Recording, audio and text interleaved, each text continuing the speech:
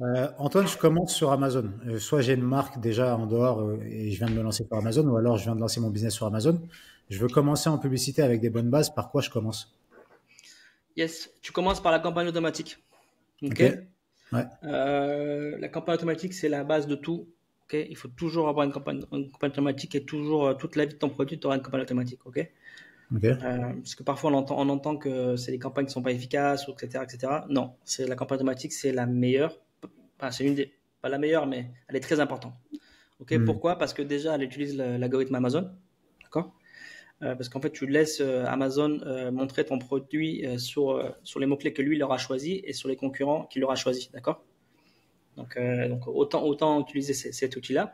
Après, il faut savoir bien la construire. Elle est très simple. Si tu veux, je te montre sur l'écran, c'est encore plus facile, d'accord? Ouais. Donc comment construire une campagne automatique? Donc tu vas sur ton campagne manager, ok? Tu vas dans Create Campaign, ok? Donc c'est là, ça fait partie des sponsored products, ok? Hmm. Tu vas là. Et c'est là où je veux en venir, tu verras. Donc, pour la construire, ce qui est important, c'est de bien nommer ces campagnes. Donc, l'ad group, moi, je mets l'ASIN. OK. Donc, ça. OK. Le numéro d'ASIN. OK. Ouais. Donc, pareil, ça permet de bien se repérer. Hmm. Donc, là, on ajoute un produit, peu importe lequel. Et c'est là. Au niveau du targeting, donc automatique. OK. Ok. Et c'est là, ce qui est vachement important, c'est là. Le coût du clic ici, par exemple, tu vois, Amazon me propose 10. D'accord? Hmm. Donc, si tu n'as pas calculé ton coût de clic, tu peux te dire, OK, bah, je laisse Amazon décider. C'est très pertinent. Non, Hmm. parce que Amazon, il te donne ce coup de clic en fonction des données qu'il a. Mais toi, autant ce clic-là, c'est 10 pesos là. 10 pesos, tu serais pas rentable, d'accord? Hmm. Donc toi, il faut que tu aies calculé ton coût de clic. Pour calculer ton coût de clic, tu vas sur PPC Assist, tu cliques sur le produit et ici, tu as la calculette. OK? Ouais. Donc pour calculer ton coût de clic, il est là, tu vois. C'est ça qu'on veut calculer. OK? C'est cette information qu'on veut savoir pour la rentrée ici. OK? La calculette, elle fonctionne comme ça. Donc tu as le prix de vente. OK? Normalement, si ta boutique est bien connectée, le prix de vente va s'afficher. OK? Tu as la TVA, tu as le coût du produit. Le coût du produit, c'est à toi de le renseigner. Le coût du produit, il faut bien prendre tous les coûts que ça veut dire. Donc ça veut dire que c'est le coût du produit arrivé chez Amazon. D'accord? Donc tu prends bien le coût de ton produit fabriqué, plus un contrôle de qualité s'il y en a un, ok, plus tout le transport avec les taxes, etc. Ok, les taxes douanières, etc., la TVA, et ensuite arriver chez Amazon. Ok. Donc pour ce cas-là, c'est 5 c'est 5 euros. Ok. Ça normalement c'est actualisé automatiquement. Ok. Donc les commissions Amazon, le coût de transport Amazon, et là ça te donne la marge avant publicité. Ok, donc par exemple, la 30% avant publicité, c'est qu'on est bon. Ok, c'est que le prix de vente est correct, le coût d'achat est correct, etc. Ok, je te donne un Ok. exemple. Ensuite, au niveau du taco, c'est là que nous, on va rentrer l'information. Ok, dans ce cas-là, on considère que 10%, qu'on va pouvoir placer notre produit avec 10% de tacos. Ok, Ok. donc ça nous donne une marge après publicité à 21%. Pareil, ce qui est correct. Est-ce qu'on peut expliquer c'est quoi le tacos juste rapidement? Ouais, le tacos, c'est ça. Donc, c'est la proportion de dépenses publicitaires par rapport au prix de vente. Ok. Ok. Donc, dans ce cas-là, on considère que 2,40 €, c'est la dépense publicitaire dont on va avoir besoin Hmm. pour placer son produit. Et donc, c'est 2,40 € divisé par 24. Ça te fait 10%. Donc, c'est ça. Ensuite, au niveau de la conversion, donc là, c'est paramétré à 5%. Donc, c'est la moyenne sur Amazon. OK. Hmm. Et Hmm. ça te donne ton coût de clic. OK. Ok.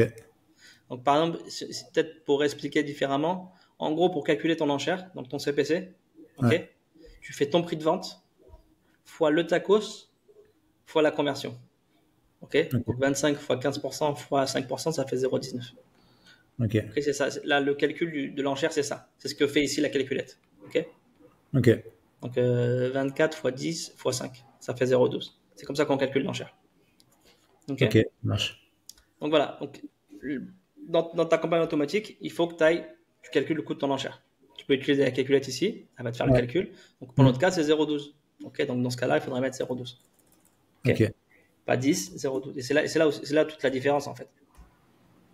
Tu vois, c'est là toute la différence. Parce que si tu envoies une campagne automatique à 10 le clic, ok, et que toi, en fait, c'est 0,12, bah, tu vas perdre de l'argent tout de suite sur ta campagne automatique. C'est pour ça que souvent, on les critiquer parce qu'on dit, ouais, elle dépense beaucoup trop. Mais c'est pas juste parce que ton coût du clic est mal paramétré, en fait. Ouais. D'accord? C'est pour ça que c'est important. Donc, c'est la plus importante, mais il faut bien définir ton coût de clic. Okay. Ensuite, ce qui se passe souvent, un peu par expérience, c'est que ce 0,12, tu lances donc là, on va aller au bout. Donc, t'as pas grand chose d'autre à faire. La stratégie de bidding, tu mets à la hausse, à la baisse. OK? Ça, encore une fois, en fait, t'autorises Amazon à monter ton enchère ou à la baisser en fonction des performances de la campagne. D'accord? Donc, c'est un outil que te donne Amazon.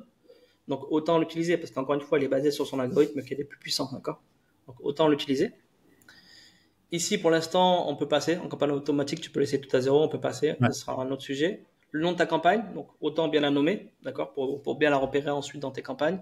Au niveau du budget ici, donc on va se dire que c'est en euros. 30 euros, c'est bien. Ok. Pourquoi 30 euros? Ça, c'est pareil. Je l'ai jamais vraiment vérifié, on va dire, mais c'est ce que j'ai appris dans les différentes formations et aussi ce qui est partagé avec les account managers, c'est que 30 euros sur une campagne, c'est-à-dire que tu laisses assez de budget à l'algorithme pour travailler. D'accord? Parce que si tu mets 3 euros, il a que 3 euros à dépenser, donc l'algorithme il a peu d'espace pour travailler si tu veux, tu vois. Donc ça ne va pas être efficace. À partir de 30, là l'algorithme a un peu de budget à dépenser, donc tu peux aller tester des choses. Ça ne veut pas dire que tu vas dépenser 30 euros par jour, d'accord? Ça ne veut pas dire ça. Ça veut dire juste que tu autorises maximum 30 euros par jour.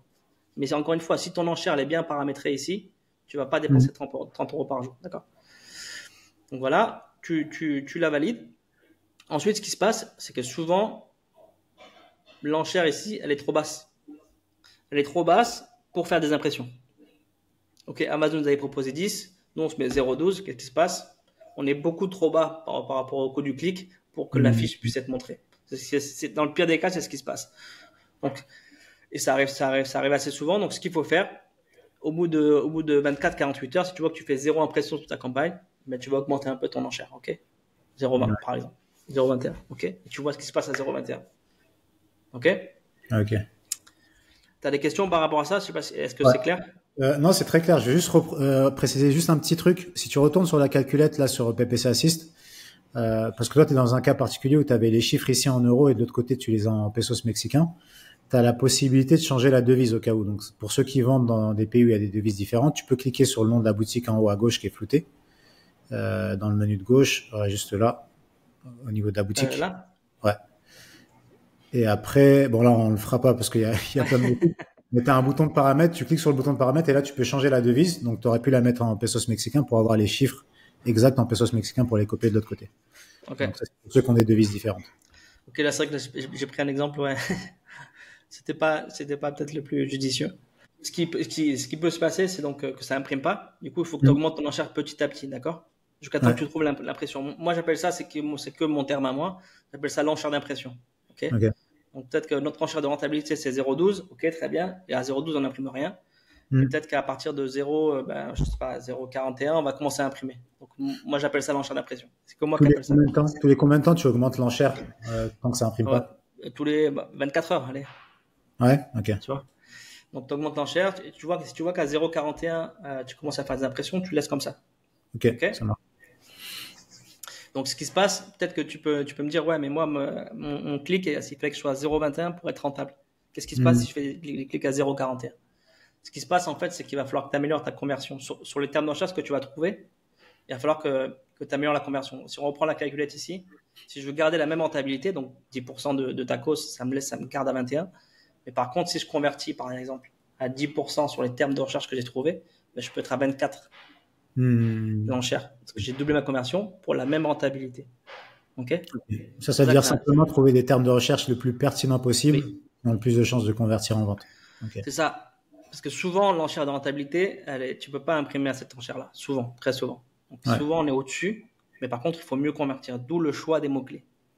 Okay. Plus tes mots-clés sont pertinents, plus tu vas convertir, plus ton enchère, en fait, tu vas pouvoir l'augmenter. Il y a des mots-clés, encore une fois, sur les mots-clés les plus pertinents, tu peux être à 25%. Là, tu as 60 centimes le clic. Okay. Si ton enchère d'impression là, à 0,41, tu peux être encore au-dessus pour la même rentabilité. Ok. Et là, dans le cas d'une campagne automatique, justement, tu choisis pas le ciblage toi-même, c'est Amazon qui choisit. Une fois que tu commences à faire des ventes, tu vends Ouais. avec ta campagne automatique. Qu'est-ce que tu es censé faire du coup? Ce que tu es censé faire, et pour ça, il faut utiliser PPC Assist maintenant, parce que ce que tu es censé faire, attends, je vais essayer de trouver un exemple. En fait, la campagne automatique, donc c'est la première, tu peux l'utiliser. Si elle est bien paramétrée, elle va te faire des ventes. Et si tu as Hmm. bien contrôlé ton coût de clic, elle va te faire des ventes rentables à peu près. Ok. Donc Ouais. c'est ça qui est important aujourd'hui de bien commencer. Ensuite, la deuxième étape, c'est de tirer avantage de cette campagne automatique sur les ventes qu'elle va te faire. Ok. Attends, attends, excuse-moi. Hop. On va prendre une campagne automatique que j'ai moi.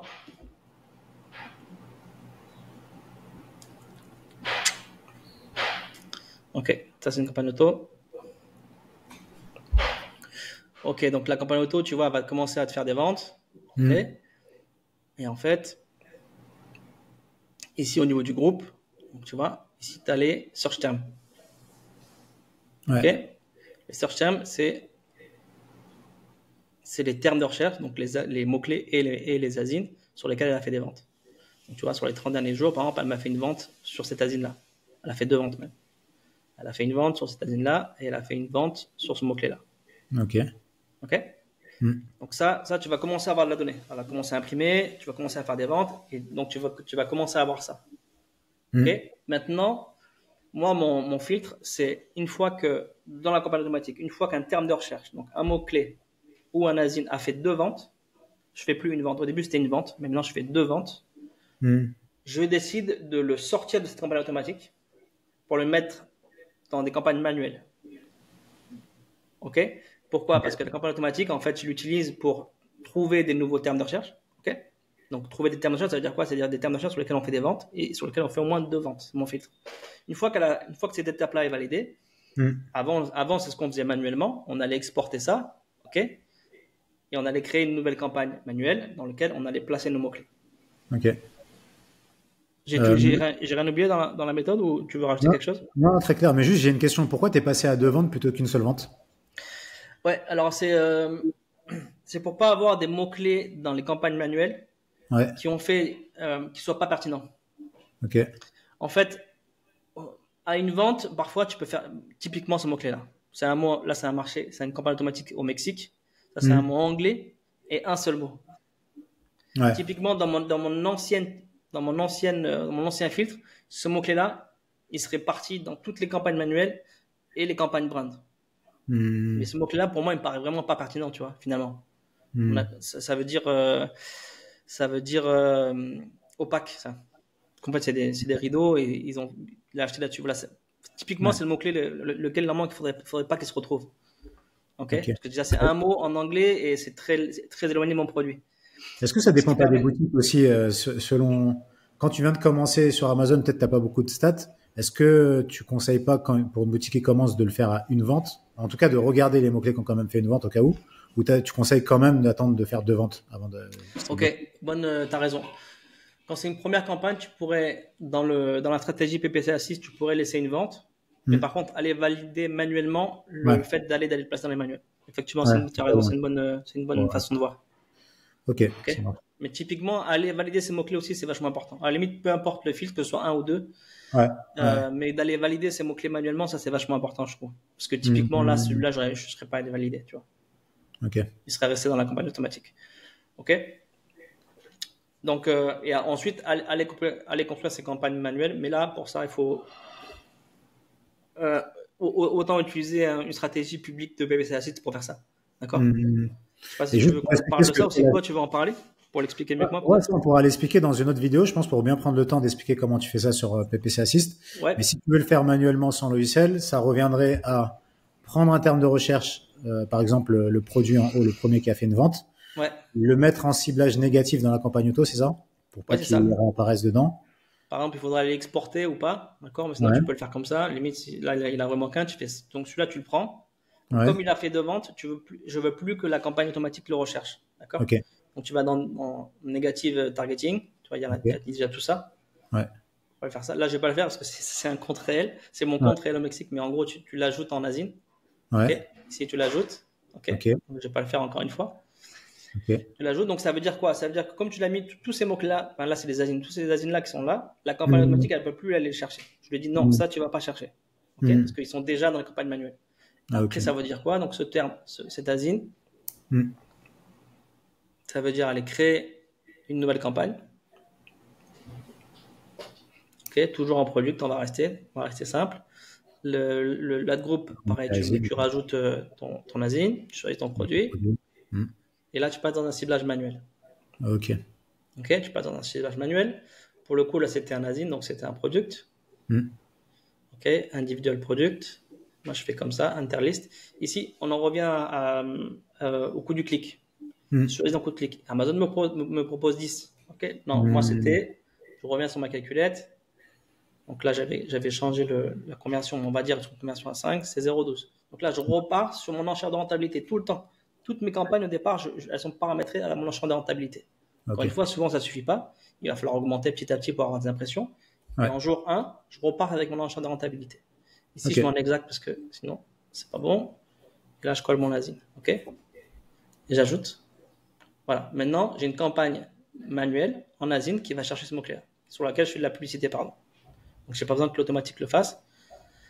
Ici, ça, je passe pour l'instant, on en verra plus tard. Hmm. On peut ajuster des choses. Mon budget, 30 euros, et je valide ma campagne. Ok. Okay, donc là, qu'est-ce que j'ai fait? J'ai une campagne automatique qui me charge des produits à Hmm. l'enchère que je veux moi. Hop, j'ai fait 2 ventes ou une vente en fonction de le fil que tu as choisi. Ok, Ouais. très bien. Donc, je retire de la campagne automatique et je vais la placer dans mes campagnes manuelles. Ok, là, je te fais Ok. l'exemple d'Anazine. Pour un mot-clé, tu veux que je fasse l'exemple pour un mot-clé? Non, non, je pense que, enfin, la seule différence, c'est le filtre qu'on a en haut quand tu as choisi produit. Donc, c'est une Ouais, autre campagne, une campagne différente cette fois, qui va être oui, une campagne product toujours, mais mots-clés, dans lequel tu vas faire la même mécanique. Donc, c'est ciblage ça. négatif dans l'auto, ciblage dans la manuelle en mots-clés. Ok. Et ça, c'est toute la mécanique que tu peux faire, enfin, que tu peux faire manuellement sans logiciel, et c'est ce que te permet de faire le logiciel PPC Assist, et ça, on le montrera dans une prochaine vidéo pour expliquer comment tu Ouais, automatises ça sur avec PPC. plaisir. Yes. Allez, salut tout le monde, à la semaine prochaine. Salut. Salut, à bientôt.